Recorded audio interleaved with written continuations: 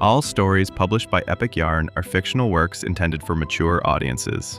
These narratives are submitted by a diverse community of contributors and subscribers created solely for entertainment and storytelling purposes. They do not represent real events or individuals, and no claims of factual accuracy are made. Additionally, all accompanying images are generated using AI technology to visually enhance the fictional experience.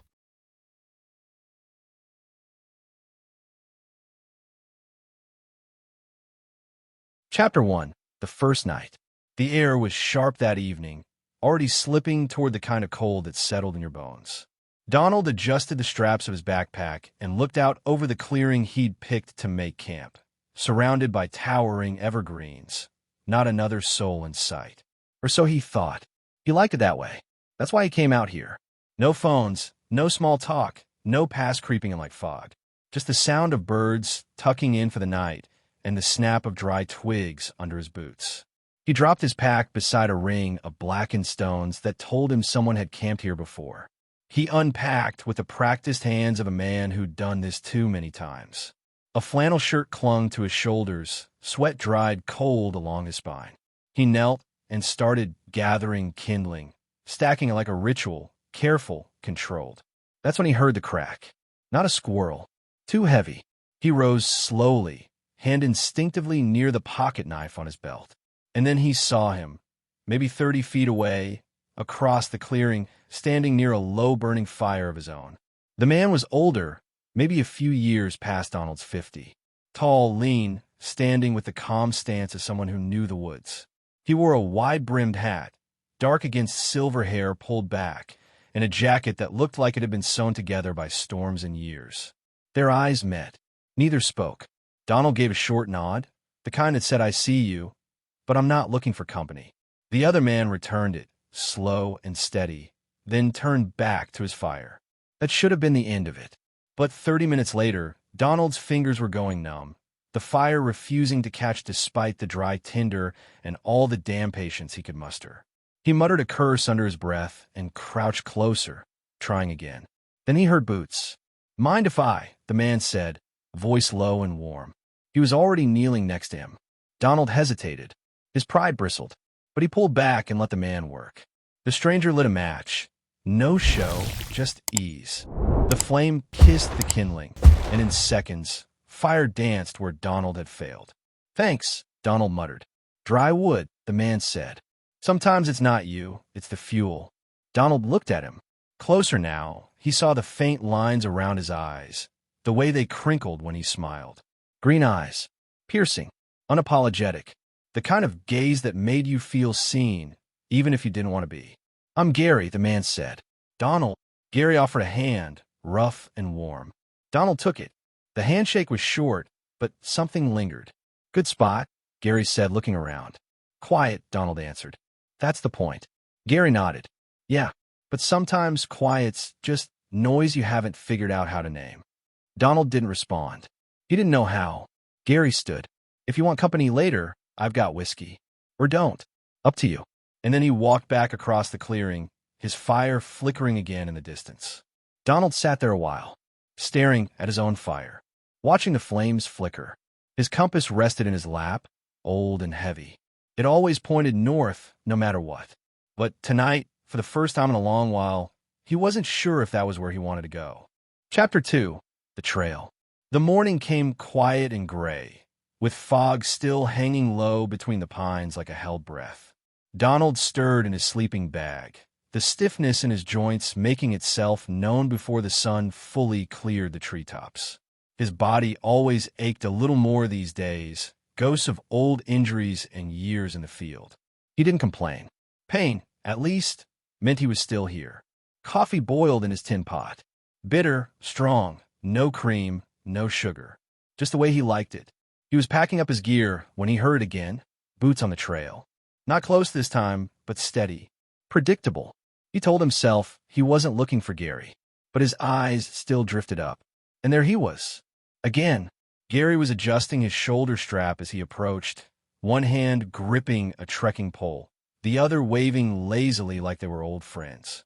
He looked like he'd stepped out of a survival catalog. Gray shirt clinging to his chest, sleeves pushed up, forearms tanned and veined. His wide-brimmed hat cast a soft shadow over his face, but that smile was visible. Easy, confident, like he belonged out here more than most. Didn't think we'd cross paths again, Donald said.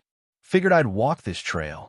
Didn't know it came with company, Gary replied, pausing a few feet away. Donald tossed the last of his gear into his pack. Where you headed? Thinking of the ridge loop. You. Same. A beat of silence. The woods buzz softly. Birds breeze, the low hum of the nearby creek. Well, Gary said, patting the strap of his pack. No reason we can't share the trail. Donald gave a non-committal shrug, but fell in step beside him anyway. They didn't walk close. A few paces apart, just enough to keep their own rhythm, but not so far they could pretend they were strangers. The trail narrowed as it climbed. Roots clawed at their boots. Rocks jutted like old bones. Donald liked this kind of terrain. Unforgiving, real. It kept your mind clear. Focused. But even as he moved, strong and sure, his thoughts kept circling back to the man just ahead of him. Gary moved like someone trained for this. Not just fit, but aware. Balanced.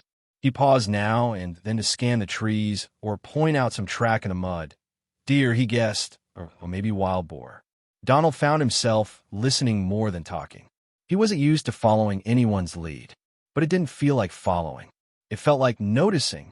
About halfway up the ridge, they hit a tough stretch. Narrow path, loose shale, a steep drop to one side. Donald went first, boots grinding down the slope.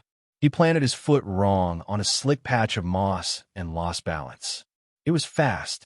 A slip, a sharp breath, and then a hand on his pack, firm, solid, pulling him back just enough to catch himself. You good? Gary's voice was low, calm. Donald's heart was thudding in his chest. Embarrassment flared before he could stop it. Yeah, just got lazy with my footing. Gary didn't let go right away. His hand lingered at Donald's shoulder before sliding off slowly. Not lazy, he said. Just tired. They kept walking slower now. The trail even out a bit farther up, opening to a narrow ridge with a view that stopped them both. Endless forest. Layers of green fading into blue-gray mountains. The sky, pale and streaked with light. Donald stood still, trying to let the quiet take him again, but Gary was still next to him, and somehow the silence felt different. Warmer. Less alone.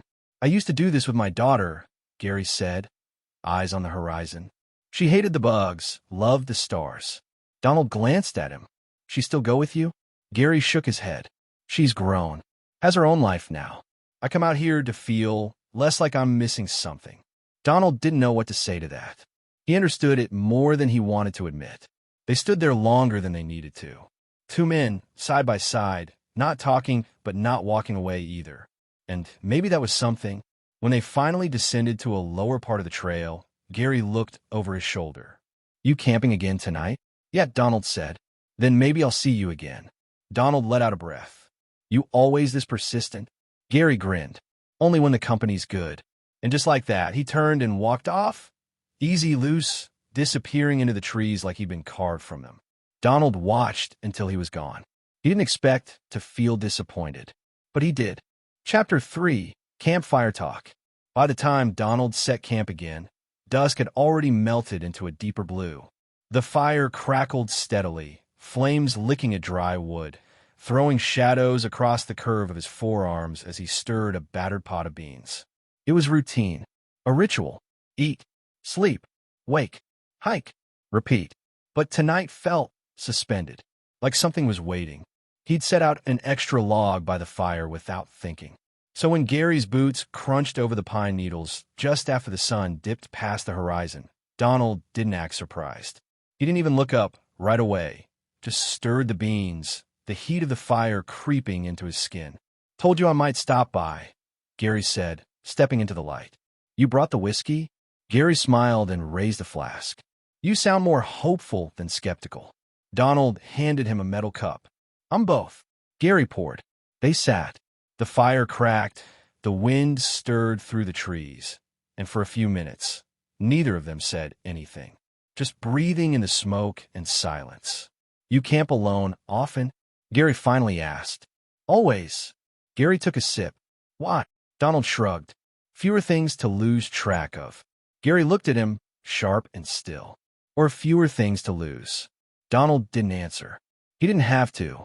Gary didn't push. Instead, they talked about small things. Maps, gear, weather. Gary spoke with an ease that made it impossible not to listen. He'd been all over Alaska, Peru, backwoods Montana. Every time he mentioned a place, it came with a story. Donald listened more than he talked, but when Gary asked something directly, he answered. Eventually, the stories got quieter, closer to the bone. I used to do missions in environments like this, Gary said, staring into the fire. Not quite so peaceful back then. Army, special ops medic, he said. Got out when I stopped sleeping. Donald nodded slowly. Same. Strategist. Left before it took what was left of me. They were quiet for a beat. Gary looked at him again. You ever miss it? Some parts, Donald said. Structure. Focus. Knowing what mattered. Gary swirled the last of the whiskey in the cup.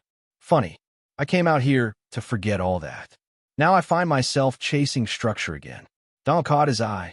The flames danced in the reflection of Gary's green gaze.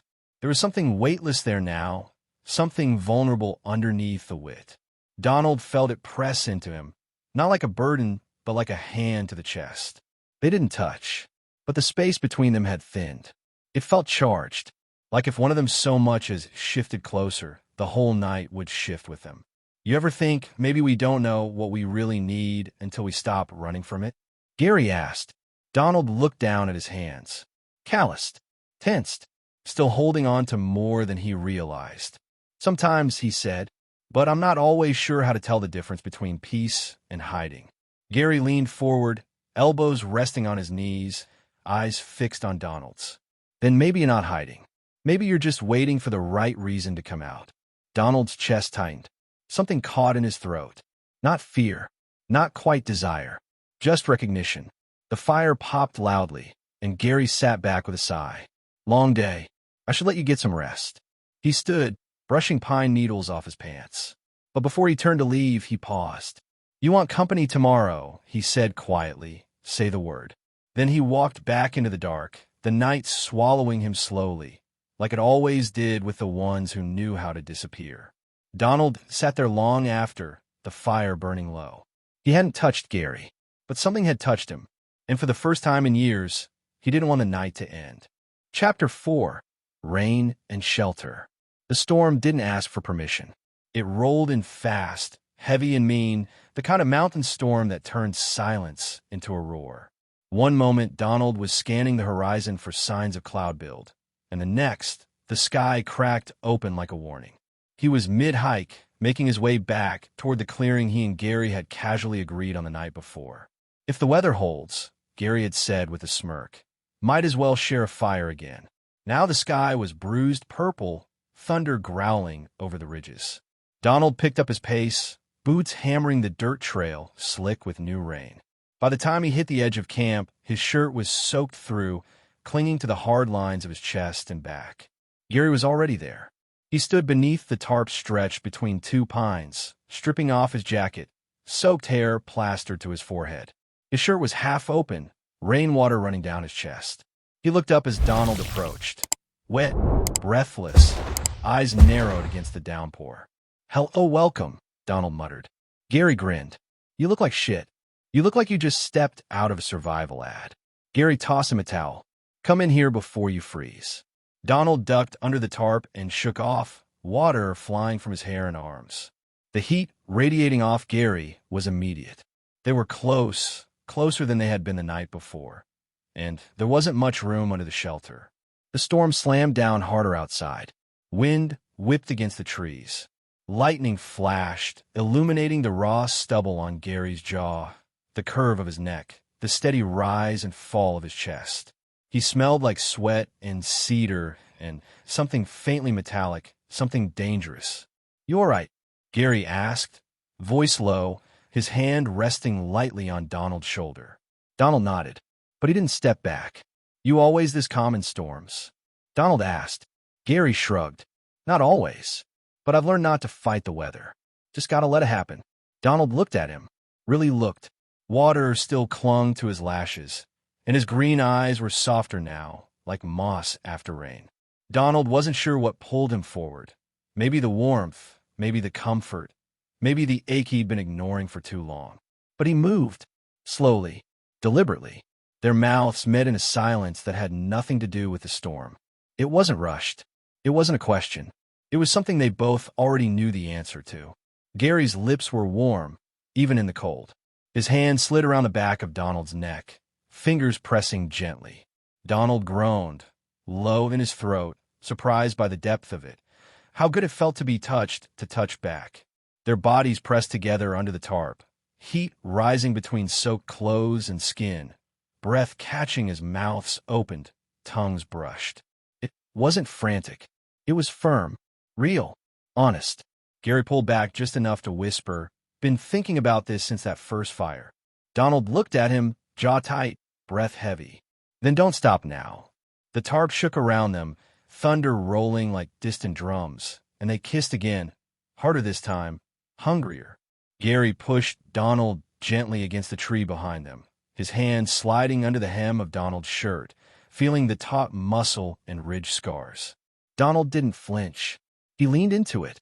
He grabbed Gary's hip, fingers digging into the wet fabric of his pants, and pulled their bodies tight. Groins pressed, moans caught in mouths. Everything else, the storm, the forest, the world, melted around them. They didn't strip. Not yet. But shirts were undone, skin was bare, and their bodies moved together in quiet, grinding rhythm until they both pulled apart, flushed and panting, chests heaving. They didn't say anything right away. There was nothing to say. Finally, Gary pressed his forehead against Donald's, their breaths mixing. "I don't usually do this," Donald said, voice rough. Gary smiled. "Neither do I." Outside, the rain slowed to a whisper. The storm had passed. Inside the tarp, they stayed close. Not because they had to, because neither of them wanted to move. Chapter 5. The morning after the storm. Donald woke early, the kind of early where the forest still held its breath and the light was barely beginning to push through the trees. A soft chill wrapped around his skin, but he didn't move. Not right away. Gary was still asleep beside him. They'd migrated from under the tarp to Donald's tent once the storm had softened. Neither of them had talked about it. They just moved together, wordless, like they had been doing this all along. Like it wasn't the first time, but it was. Now, in the pale morning stillness, Donald watched the way Gary's chest rose and fell, slow and steady, his silver hair tousled, lips parted, one hand resting loose and open on his chest like he was dreaming of something calm. He looked so damn peaceful. Donald didn't feel peaceful. His body ached, not from hiking but from want, from memory, from the ghost of Gary's hands last night, the heat of their mouths, the way Gary had held him without hesitation, like it meant something, like he wasn't just passing through. Donald sat up carefully, trying not to wake him. He pulled on his flannel shirt, still a little damp from the night before, and unzipped the tent just enough to slip out. The forest greeted him with silence and dew. Everything smelled fresh, like the world had been rinsed clean. But his mind wasn't. He busied himself with breakfast, dry granola, boiling water, anything to keep his hands moving. He didn't know what he was supposed to feel. Gratitude? Guilt? That old instinct to pack up and vanish before morning settled too deep was gnawing at him. He'd spent years alone, surviving, not trusting, not needing. And then Gary had shown up with his green eyes and steady hands and quiet, stubborn warmth. And Donald had let him in. The tent rustled behind him. Gary emerged, bare-chested, wrapped in his sleeping bag like a robe. His eyes were squinting against the light, but he was smiling, easy, unbothered. "Mornin'," he said, voice still gravelly with sleep. Donald nodded, keeping his eyes on the stove. "You sleep all right?" Gary stretched his arms overhead, the muscles in his torso flexing in that smooth, quiet way that made Donald's gut twist. "Like a dam rock." "You—" Donald hesitated. "Yeah." Gary came to sit beside him, close enough that their knees brushed. The contact was casual, but it still made Donald tense for a second. Gary noticed. "You're quiet," he said. Donald kept his gaze on the tin mug in his hands. "Not much of talker in the morning." Gary let out a soft laugh. "Bullshit. You're thinking too loud not to be talking." Donald sighed and finally looked at him. I don't know what last night was. Gary didn't flinch. Does it need to be something? Donald's jaw tightened. No, I'm not used to this. To what? Gary asked. His voice stayed calm. Gentle. Wanting someone? Letting them want you back. Donald swallowed hard, then nodded once. Gary looked out at the trees, the sun crawling slowly through the branches. We don't have to label it. We don't even have to talk about it if you're not ready. But don't pretend like it didn't mean something. Not to me, and not to you. Donald stared at the steam curling from his mug. He didn't answer, but he didn't move away either. They sat like that for a while, the woods waking up around them, birds beginning to chatter, the leaves shaking the last drops of rain from their bodies. Eventually, Donald said, You heading out today? Gary gave him a look. You trying to get rid of me? Donald shook his head. Just asking. Gary reached over and placed a hand on Donald's knee, warm and certain. I'm here. You want space? I'll take a hike. You want company? I'll cook breakfast tomorrow. Donald looked down at Gary's hand. His thumb gently brushed across his knee, and the simplicity of the gesture hit deeper than he expected. I don't want you to go, he said, voice barely above a whisper. Gary didn't smile. He just nodded. Then I'll stay. And that was it. No big declarations. No dramatic promises. Just two men in the woods, carrying too much history and not enough time. But for now, they were choosing to stay. And in the wild, that meant everything. Chapter 6. The Broken Trail. The trail was steeper than it looked on the map. They decided to loop south, an unmarked detour Donald had found years ago. Quiet, rough, barely maintained. Perfect for two men who preferred silence to small talk and instinct over convenience. Donald led. Gary followed close behind, their boots crunching over loose rock and pine needles, the air still holding the edge of morning. It should have been just another hike. Nothing they couldn't handle. But somewhere near the bend, where the path gave way to a sharp slope lined with half-buried shale, Donald's footing slipped. It happened fast. His boots skidded, his ankle twisted at an angle it wasn't meant to, and gravity did the rest. He hit the ground with a grunt, arms breaking the fall, but his left leg buckled hard underneath him. Pain flared through his ankle, sharp and hot. He bit down a curse and rolled to the side, breathing through clenched teeth. Gary was there before he could even sit up. Don, he said, kneeling beside him, already unbuckling his pack. Let me see. I'm fine, Donald muttered, even as his jaw tightened in pain. You're limping like a shot mule, Gary said, not unkind. Shut up and give me the leg. Donald's resistance cracked under the heat of the pain. He leaned back against a rock and extended the leg, wincing as Gary peeled back his sock. Gary's fingers were steady, professional, his touch firm but careful. He palpated the ankle, working quietly, brows furrowed in focus. You didn't snap it, but sprained. Bad. Donald exhaled hard, sweat collecting on his brow. Fucking hell. Gary pulled out a bandage and began wrapping. We're making camp here for the night. No arguments. Donald grunted. Didn't plan on slowing you down. Gary looked up, eyes narrowing. You didn't. You just got hurt. Donald didn't respond. But something inside him cracked a little more.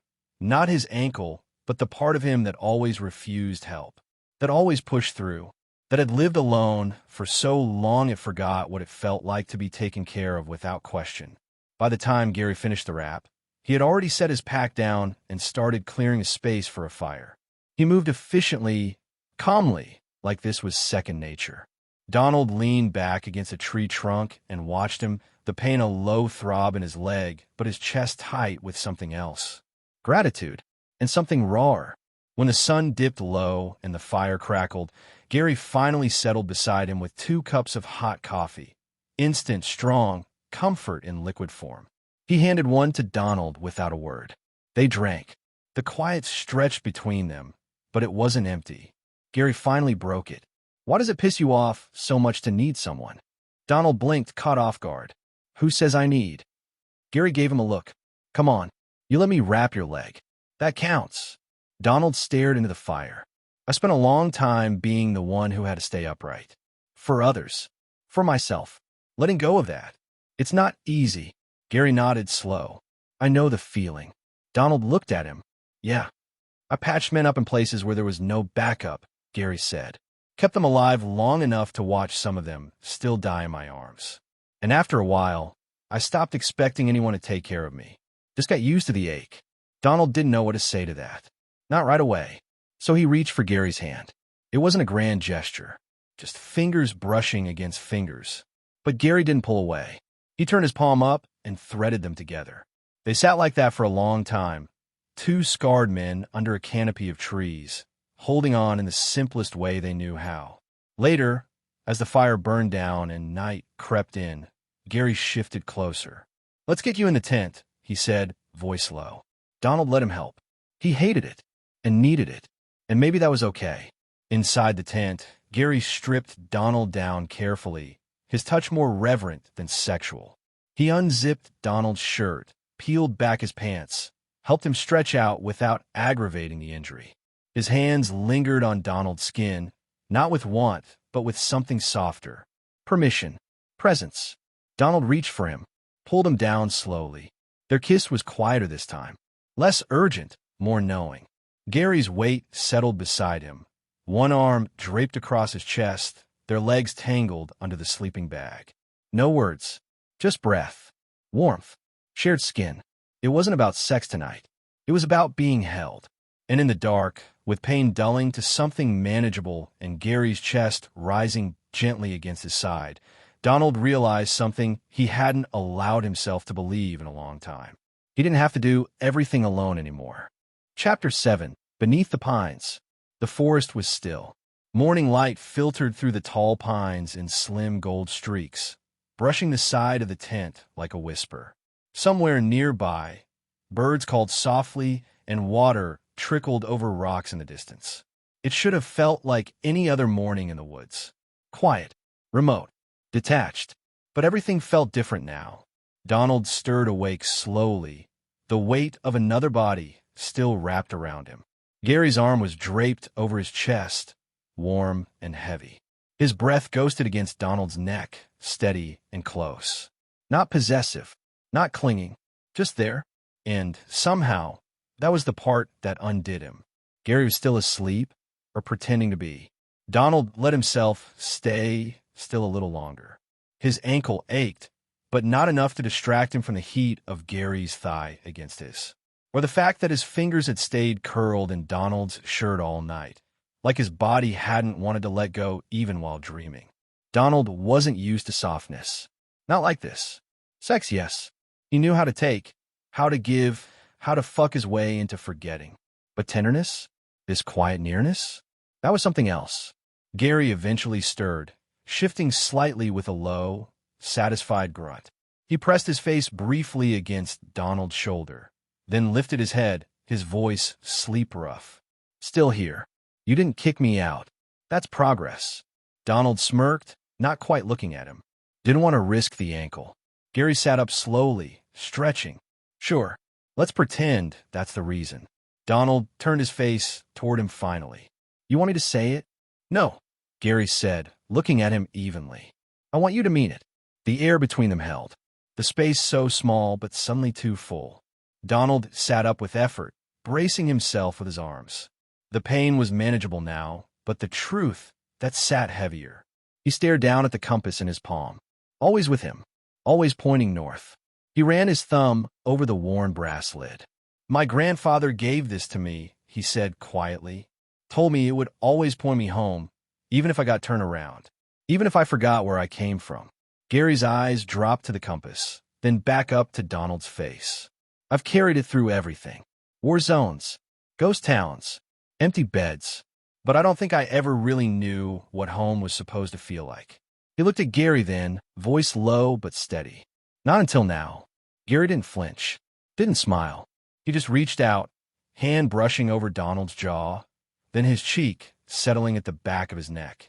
That touch, slow and sure, held more power than any kiss. "You think that scares me?" Donald whispered. Gary leaned closer, their foreheads almost touching. "It scares the hell out of me." They stayed like that for a long, quiet moment, just breathing. Eventually, they stepped outside the tent. Gary helped Donald ease onto a log near the fire pit. They moved around each other easily now, the way two people do when the tension breaks and something real takes its place. Gary handed him coffee. Black, still hot. No jokes, no defenses. Just care. They talked then, really talked. Gary told him about his daughter. How she used to braid paracord into bracelets when she was little. How he still wore one every day because it reminded him that softness didn't make him weak. Donald told him about the nights he woke up gasping, about the stretch of years where he forgot how to feel anything but sharp. And in the hush between stories, they didn't fill the silence. They let it settle around them like a blanket, like pine needles underfoot, like trust. Later, Gary stood behind him, his arms wrapped around Donald's chest, their bodies pressed together beneath the towering trees. The sun pushed through the canopy in golden shafts, catching in the silver strands of Gary's hair, casting them in light. Donald leaned back into him without resistance. I don't know what this is, he said softly. Gary kissed the side of his head. It doesn't have to be anything but real. Donald nodded, and for the first time in years, the ache in his chest wasn't loneliness. It was something better. It was being known. Chapter 8. The Way Back. The forest looked different now. Same trees, same path, same sky breaking open in patches of blue between the branches. But everything felt altered, like the air itself had softened, like the trail wasn't leading away anymore, but towards something. They were walking slower than usual. Donald's ankle was healing, but Gary stayed close, always just within reach. His hand hovered near Donald's lower back when the terrain shifted. Not controlling, just ready. A kind of presence Donald had never known he needed.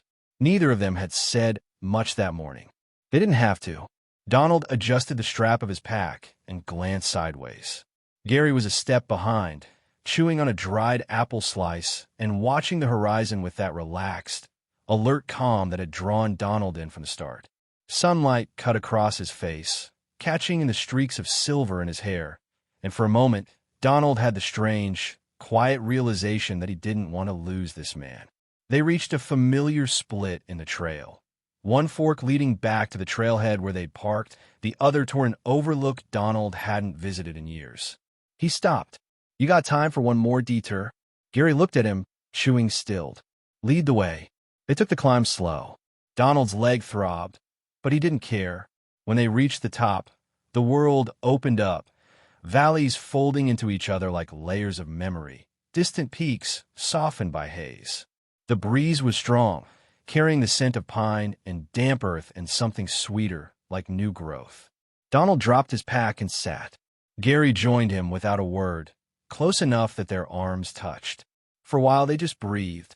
Then Donald pulled the compass from his pocket. Gary noticed immediately. You carry that everywhere. Always, Donald said, rolling the cool metal in his palm. But I'm starting to think I've been reading it wrong all this time. Gary gave him a curious look. Donald turned the compass so the needle pointed north. I thought direction was everything. You know? Purpose. Discipline. Staying the course. But maybe it's not about where you're going. Maybe it's about who you're walking with. Gary didn't say anything. He just reached out and closed Donald's fingers around the compass. I don't care where it points, he said, as long as I get to walk beside you. It hit Donald like a breath caught in the ribs. He turned to face Gary fully, their knees brushing. I live about an hour from here. Cabin tucked off the road, near a stream. No neighbors, lots of quiet. Gary smirked. You inviting me? I'm not good at this, Donald said. But yeah, I want you to come back with me. Or meet me there. I don't care how it looks. I don't want this to be over when we hit the parking lot. Gary leaned in, pressing their foreheads together. Then it's not. The kiss was soft, open, unhurried. Not the rush of nightfall. Not the ache of loneliness. It was sunlight and breath and choice. Gary's hand slid up the back of Donald's neck, fingers threading into his hair, grounding him. When they pulled apart, the trees rustled gently. A hawk cried out in the distance, high and sure. They stood. The descent was quiet, steady. No rush. Just two men walking side by side.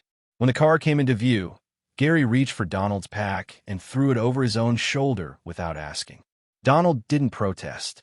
They drove back with the windows down, arms resting on the frames, music low and forgettable. The wind whipped through their shirts. Donald glanced over more than once, and every time, Gary was already watching him. That night at the cabin, Gary cooked while Donald built the fire. They didn't talk about the future. They didn't need to, because in the wild, they found something better than a destination. They found each other, and that was enough for now and maybe for a long time after.